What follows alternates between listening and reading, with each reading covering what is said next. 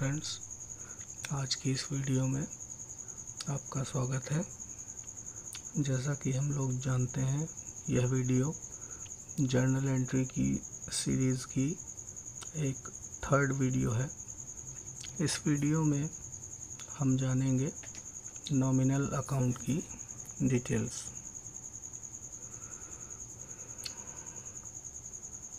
मैं आशा करता हूँ कि इस वीडियो से पहले आपने पिछली दोनों वीडियोस जो इस सीरीज़ की फर्स्ट और सेकंड वीडियो हैं, जिसमें पर्सनल अकाउंट और रियल अकाउंट के बारे में बताया गया है, उनको ज़रूर देखा होगा और अब आप पिछले दोनों अकाउंट को अच्छे तरीके से समझ भी चुके होंगे। अब आइए इस जर्नल एंट्रीज़ की जो सीरीज़ है, इसके तीसरे अकाउंट की इस वीडियो को बिना समय गंवाए आगे की ओर बढ़ते हैं। तो जैसा कि हम लोग जानते हैं, इस वीडियो में हम लोग सीखेंगे थर्ड अकाउंट, जिसका नाम है नॉमिनल अकाउंट।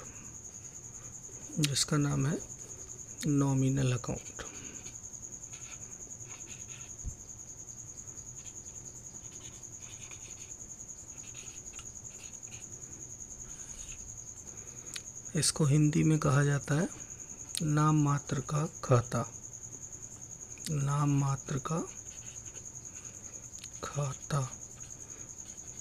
और एक और नाम है जिस नाम से हम लोग जानते हैं, अवास्तविक खाता।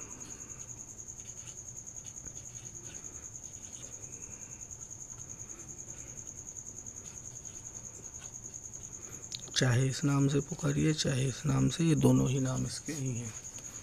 ठीक है। तो सबसे पहले इस खाते में हमको ये पता होना चाहिए कि किस किस चीज़ से रिलेटेड ये खाता है। तो इसमें बेसिकली आपको कुछ चीज़ों के बारे में ध्यान देना पड़ता है। मैंने आपको स्टार्टिंग में बताया था, मान के चलो एक व्यापार में मुख्य जो है वो होते हैं व्यक्ति जो कि लेन देन करते हैं। ठीक है, जो होते हैं व्यक्ति,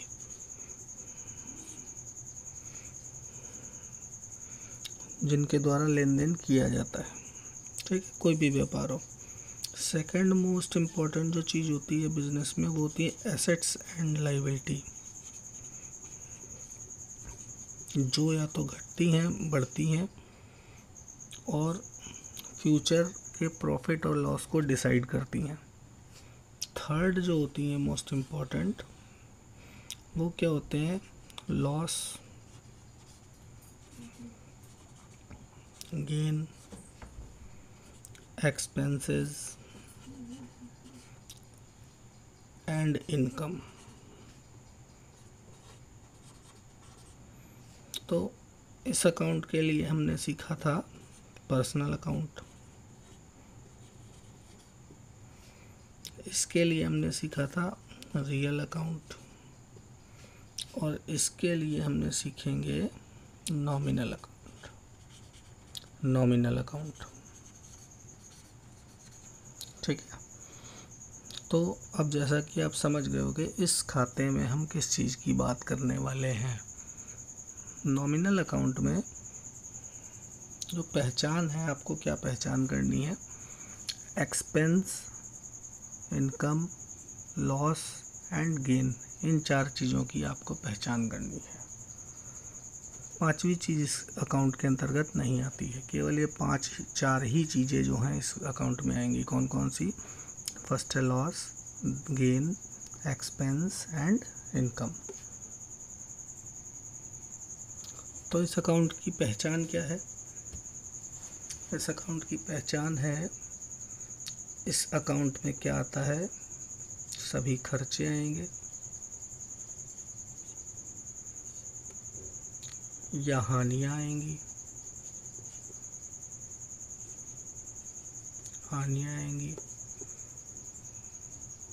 आय आएगी या लाभ आएंगे। ठीक है, इतना याद रखिए आप लोग, ये 4 चीज़ें इस अकाउंट में आएंगी।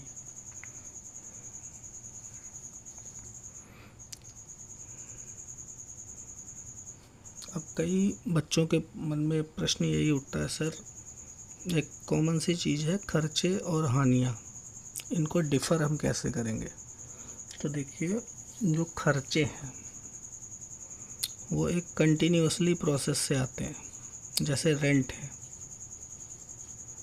रेंट आपने इस महीने 1000 दिया तो नेक्स्ट मंथ भी आप 1000 देंगे और नेक्स्ट मंथ भी 1000 देंगे। इस तरीके से सेम प्रोसीजर कुछ सालों के लिए चलता चला जाएगा। प्रॉफिट या लॉस की बात अगर मैं करता हूँ यहाँ पे, तो वो डिफरेंट हो सकता है। एक साल में आपको अगर -1000 का लॉस हो रहा है तो नेक्स्ट में वो प्रॉफिट में भी कन्वर्ट हो सकता है, नेक्स्ट टाइम ऑफ पीरियड में वो प्रॉफिट में भी कन्वर्ट हो सकता है। ठीक, इस तरीके से आप डिफरेंट क्रिएट कर सकते हैं। खर्चे जो होते हैं,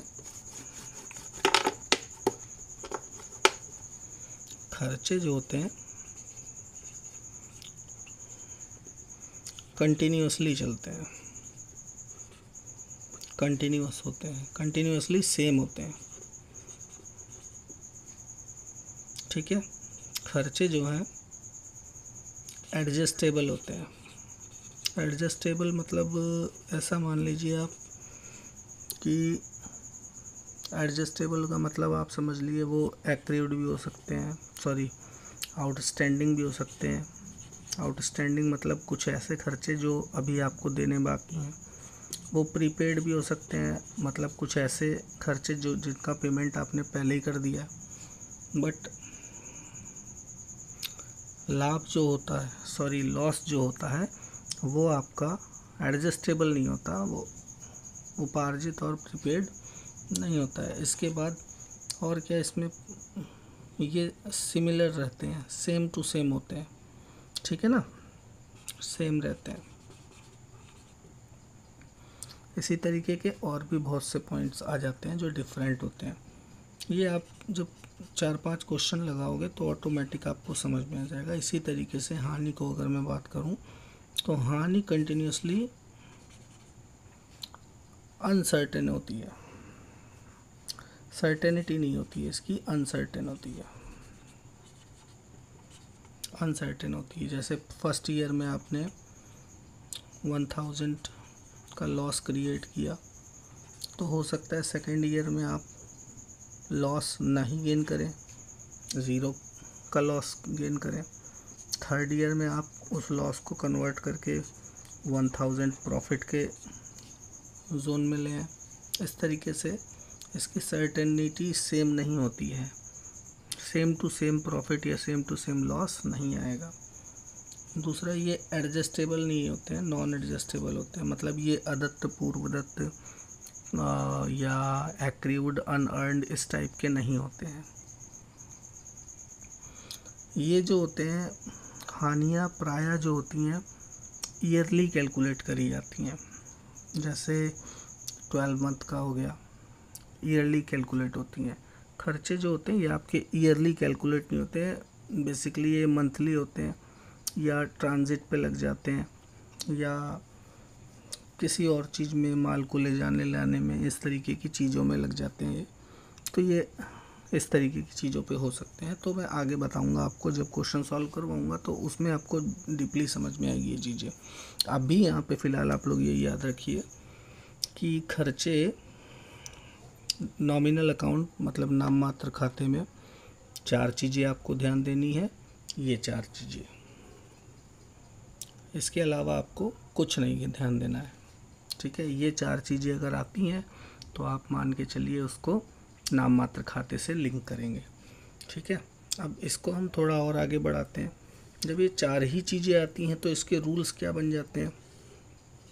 मैंने आपको फर्स्ट वीडियो में ये चीज़ बताई थी, डेबिट मीन्स होती है कमी, डेबिट मीन्स होती है कमी।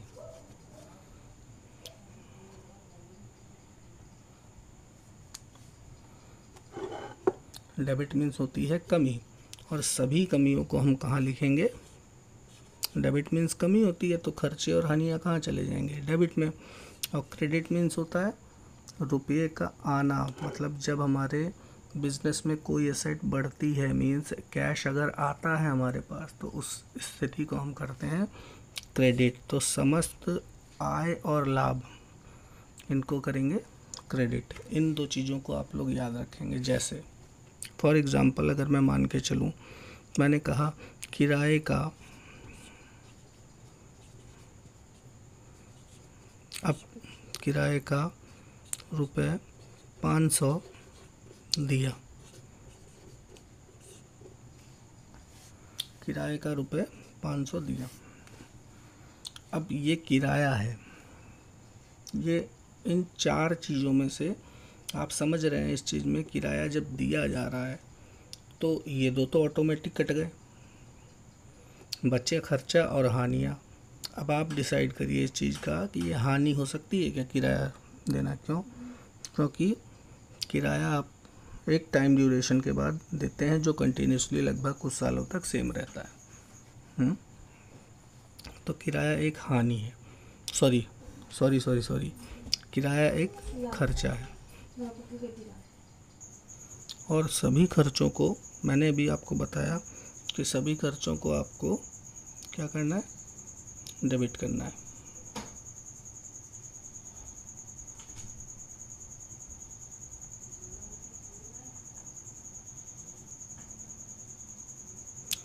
तो देखिए यहाँ पे क्या है, एक तो ये नाम आ गया और एक ये आ गया। ये किराया किस अकाउंट से बिलोंग करने लगा? नॉमिनल अकाउंट से। और ये किससे बिलोंग करने लगा? ये बिलोंग करने लगा रियल अकाउंट से। ठीक है। तो रेंट क्या हो गया आपका? रेंट खर्चा हो गया, इसको कहाँ लिख देंगे? डेबिट में। एंट्री क्या बनाएंगे? Rent account debit. लाइन में बचा क्या? बचा 500 रुपये, तो इसको कैश के नाम से लिखेंगे। या मैं अगर इसको, इस रुपये को रियल अकाउंट के थ्रू भी चेक करूं तो रुपया हमारे पास से जा रहा है। एनी एसेट्स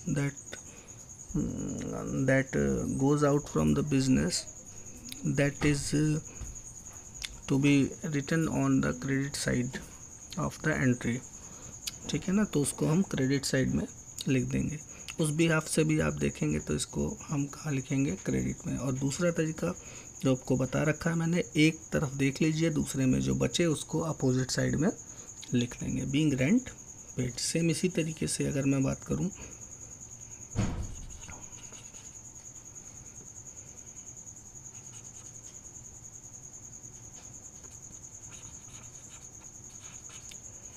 कमीशन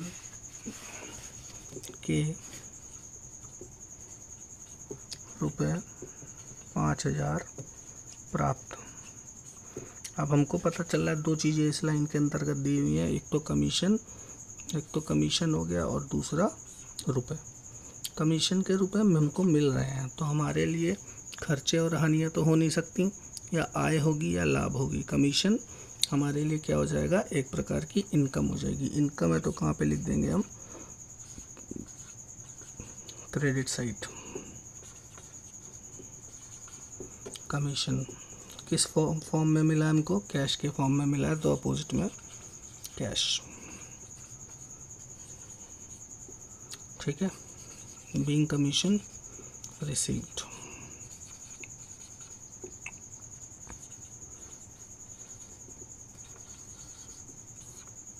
सिंपल से इसके लिए भी एक लाइन आती है,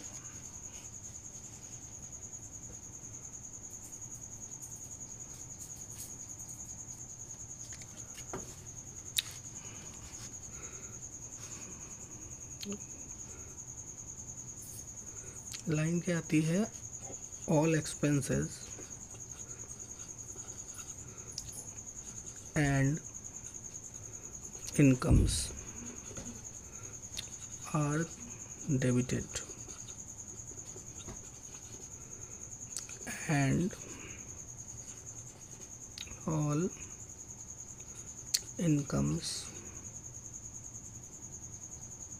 सॉरी गलत कर दिया मैंने।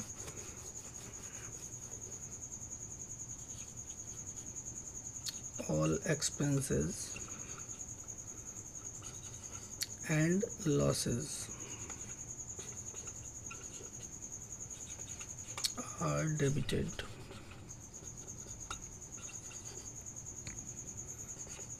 and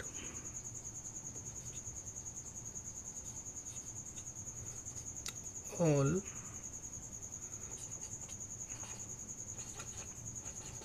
incomes and profits are credited।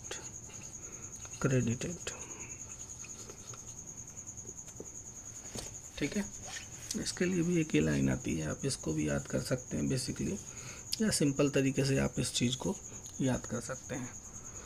ठीक है, अब इसी अकाउंट के मैं कुछ उदाहरण आपके सामने रख रहा हूँ, इनको देखिए और समझिए। अब देखिए, फर्स्ट लाइन आपके आगे लिखी हुई है वेतन दिया।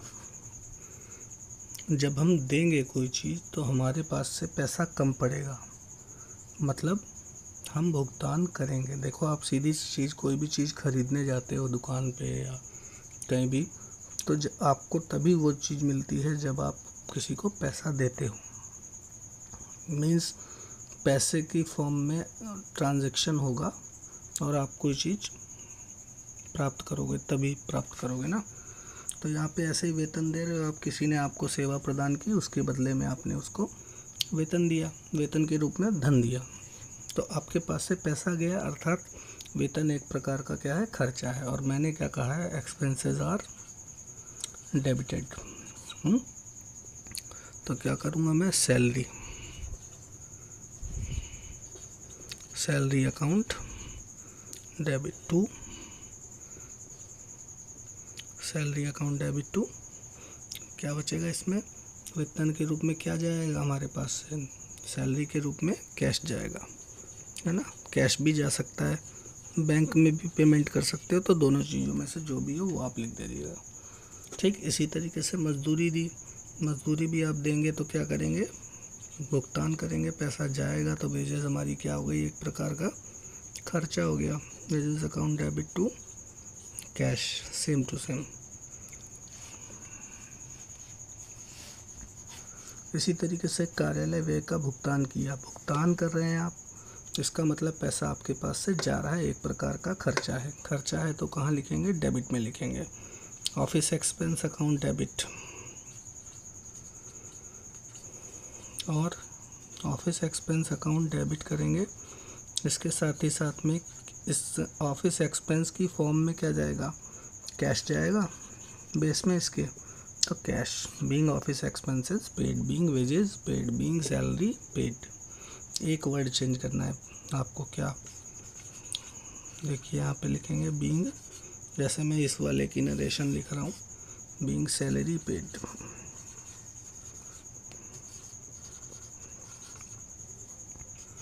तो जब सेकंड वाले की आप लिखेंगे तो लिखेंगे बीइंग वेजेस पेड, ऐसे थर्ड वाले की लिख देंगे बीइंग ऑफिस एक्सपेंसेस पेड। इसी तरीके से यहाँ पे बीमा किस्त का भुगतान कर रहे हैं, तो इंश्योरेंस का जब पेमेंट करेंगे तो हमारे पास से बीमा हम देंगे, इसका मतलब पेमेंट हमारे पास से जाएगा। जब पेमेंट जाएगा हमारे पास से तो इसका मतलब बीमा प्रीमियम एक प्रकार का खर्चा है, तो इसको मैं लिखूँगा insurance premium account debit, insurance premium account debit. किस इसकी फॉर्म में जाएगा, क्या कैश जाएगा, टू कैश। सेम वही चीज़ नरेशन में आपको शो करनी है, बीइंग इंश्योरेंस प्रीमियम पेड, केवल इसको आपको चेंज कर देना है बस। बाकी यहाँ पे आपका क्या आ जाएगा, एक्सपेंस आ जाएगा। नरेशन में ज़्यादा दिमाग आपको नहीं लगाना है, यही करना है बस। और जब आप इनकम करेंगे तो पेड की जगह पे रिसीव आ जाएगा। ये चीज़ आपकी चेंज होती जाएगी बार बार। जैसे बट्टा प्राप्त किया, डिस्काउंट प्राप्त कर रहे हैं। अब जब डिस्काउंट प्राप्त कर रहे हैं तो डिस्काउंट आपके लिए क्या हो गई, डिस्काउंट आपके लिए एक प्रकार का आय हो गया, इनकम हो गया, या कह लो प्रॉफिट हो गया, है ना। दोनों में से कुछ भी मान लो आप, उसको जाएगा क्रेडिट ही।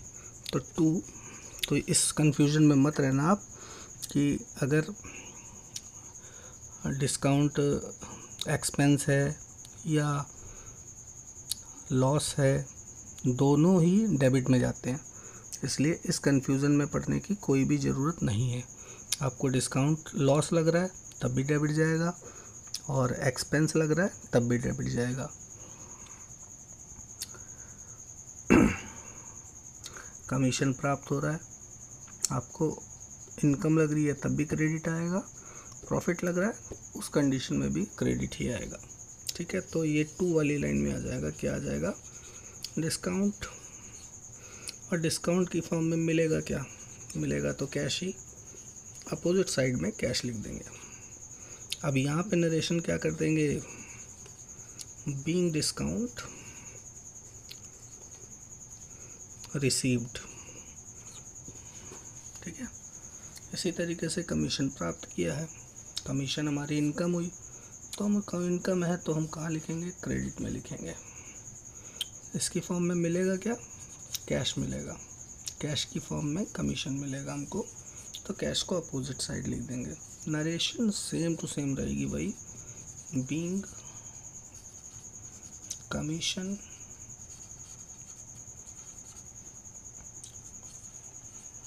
रिसीव्ड। ठीक है, बीइंग कमीशन रिसीव्ड। जैसे मैंने यहाँ पे बताया था एक्सपेंस होता है, तो आप लिखेंगे बीइंग सैलरी पेड। सैलरी के जगह पे आप एक्सपेंस का नाम शो कर देंगे, जो भी एक्सपेंस होगा, बाकी ये दोनों वर्ड सेम रहेंगे। इसी तरीके से इनकम होती है, तो इनकम में आप इनकम की जगह पे ये वाला नाम शो कर देंगे, मतलब यहाँ पे केवल चेंज करेंगे आप, और कुछ चेंज नहीं करेंगे। ये और ये सेम टू सेम रहेंगे, जो भी इनकम हो, डिस्काउंट होता है तो डिस्काउंट यहाँ लिख दो, बीइंग डिस्काउंट रिसीव्ड। हाँ, इस चीज़ का ध्यान दीजिएगा, डिस्काउंट और कमीशन, डिस्काउंट अगर है, डिस्काउंट एक्सपेंस में अगर आता है तो वो पे नहीं करते हैं, आप अलाउ करते हैं। इस चीज़ को ध्यान देना, क्योंकि डिस्काउंट अलाउ किया जाता है। ठीक है, अलाउड के नाम से शो करोगे यहाँ पे। तो वीडियो काफ़ी लंबी बनती जा रही है, ज़्यादा मैं नहीं बोलूँगा अब। इस वीडियो को हम यहीं पे ख़त्म करेंगे, इस अकाउंट का। अब देखिए, आप लोग रिवीजन करिए बुक से, और इस वीडियो को कंसंट्रेट होके ध्यान से देखिए पूरी। और अगर ना समझ में आए तो बार बार देखिए, पक्का समझ में आएगी, गारंटेड। अब मैं ये समझता हूँ कि आपको अच्छे तरीके से वीडियो समझ में आ गया होगा, और अगर आपने पिछली वीडियो मेरी नहीं देखी हैं तो उनको भी ज़रूर देख लें, ताकि जर्नल का पूरा कॉन्सेप्ट आपको अच्छे तरीके से समझ में आ जाए। और आखिरी में आपको यही बात कहूँगा कि अगर आपको वीडियो अच्छी लगे तो इस वीडियो को लाइक करें, और अपने प्रश्न, जो भी प्रश्न हो आपका तीनों अकाउंट से रिलेटेड, या कोई अन्य प्रश्न किसी भी चैप्टर का, 12th का, फर्स्ट ईयर का कोई अन्य क्वेश्चन हो, तो उसको आप कमेंट में पूछ सकते हैं। यदि आप चाहते हैं इस तरीके की और वीडियोस, तो चैनल को सब्सक्राइब करें, और अपने उन फ्रेंड्स के साथ में ज़रूर शेयर करें जिनको समझने की नीड है। तो वीडियो देखने के लिए थैंक्स। मिलते हैं जल्द ही नेक्स्ट वीडियो में, और नेक्स्ट वीडियो में हम कुछ स्पेशल जर्नल एंट्रीज़ लेके आएंगे। Bye bye.